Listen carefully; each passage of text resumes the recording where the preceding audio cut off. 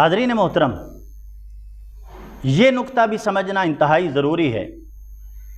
کہ آقا علیہ الصلوۃ والسلام کی میلاد منانا دراصل عمل توحید ہے۔ اللہ رب العزت کی ذات کو واحد و یکتا ماننے کی سب سے بڑی دلیل ہے، کیونکہ میلاد منانے والے یہ بات از خود ثابت کر رہے ہیں کہ آقا علیہ الصلوۃ والسلام اللہ کے بندے اور اللہ کے رسول ہیں، کیونکہ اللہ رب العزت نے اپنا تعارف جو قرآن مجید فرقان حمید میں کروایا ہے وہ یہی تعارف کروایا ہے کہ ارشاد فرمایا قل هو اللہ احد، کہ اللہ وہ ہے کہ جو واحد ہے، اکیلا ہے،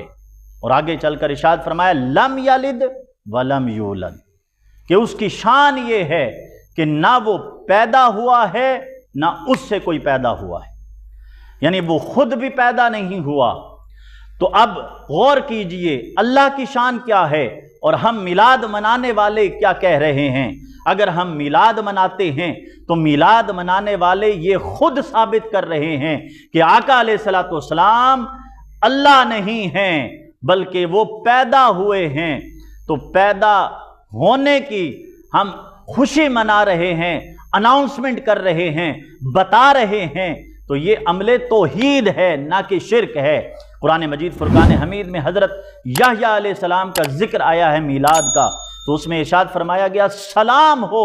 یحییٰ پر اور ان کی پیدائش کے دن پر۔ اسی طرح عیسیٰ علیہ السلام نے ارشاد فرمایا سلام ہو مجھ پر اور میری ولادت کے دن پر۔ تو پتہ چلتا ہے کہ جو پیدا ہوتا ہے وہ خدا نہیں ہوتا، اور آقا علیہ الصلوۃ والسلام کی ولادت منا کر میلاد والے یہ بتا رہے ہیں کہ جو پیدا ہوتا ہے وہ خدا نہیں ہوتا،